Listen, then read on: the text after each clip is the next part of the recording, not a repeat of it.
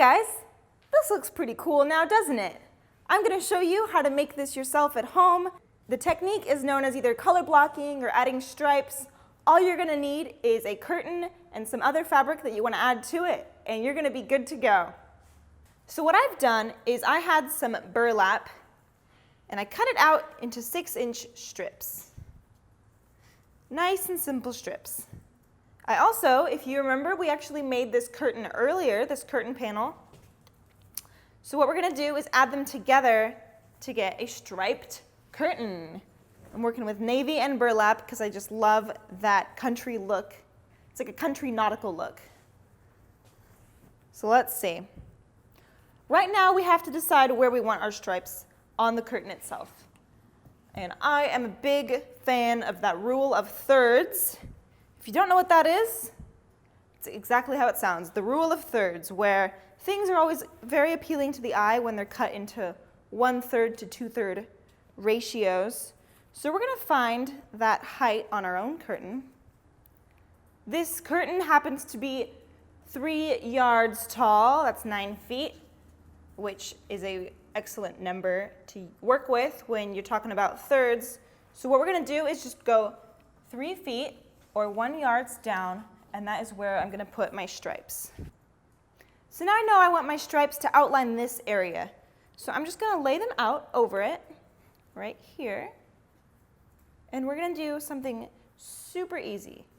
Don't freak out. It's going to look great, but what I'm going to need you to do is actually cut out your fabric. We're just replacing the curtain panel fabric with the new fabric. So I'm just going to slice off my fabric here and here. Here's something fun, guys. Did you know that fabric tears really easily? If you're working with a woven fabric, tearing it is kind of exhilarating.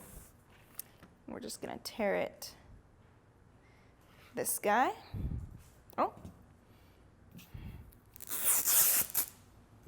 There we go. I'm going to do the same thing here.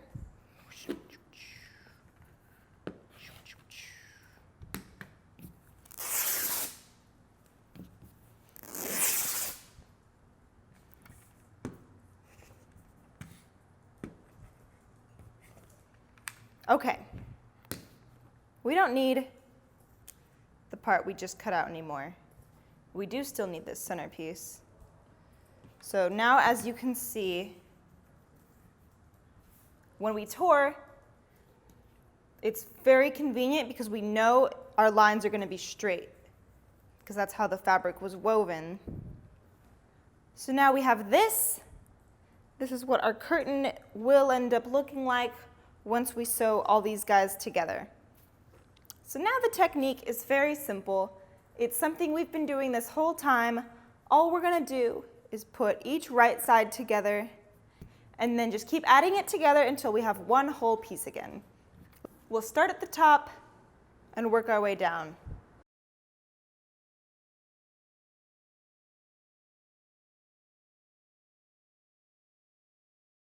The fabric I'm working with extends a little bit past the width of my burlap. I'm just going to make sure that I fold it and pin so that the finished edges match. Okay, there's one layer. Let me sew that up and keep going.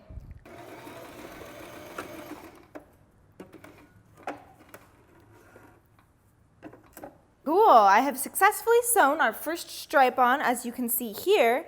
Now I'm just going to keep repeating that process for my next stripe of navy, my stripe of burlap, and then the final bottom piece of my curtain.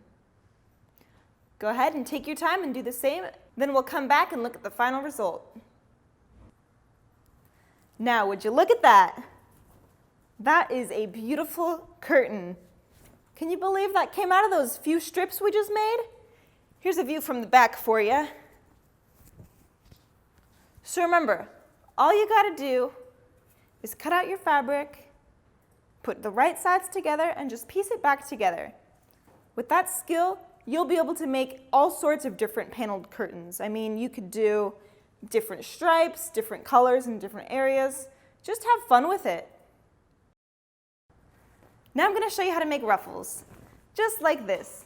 It's super, super easy.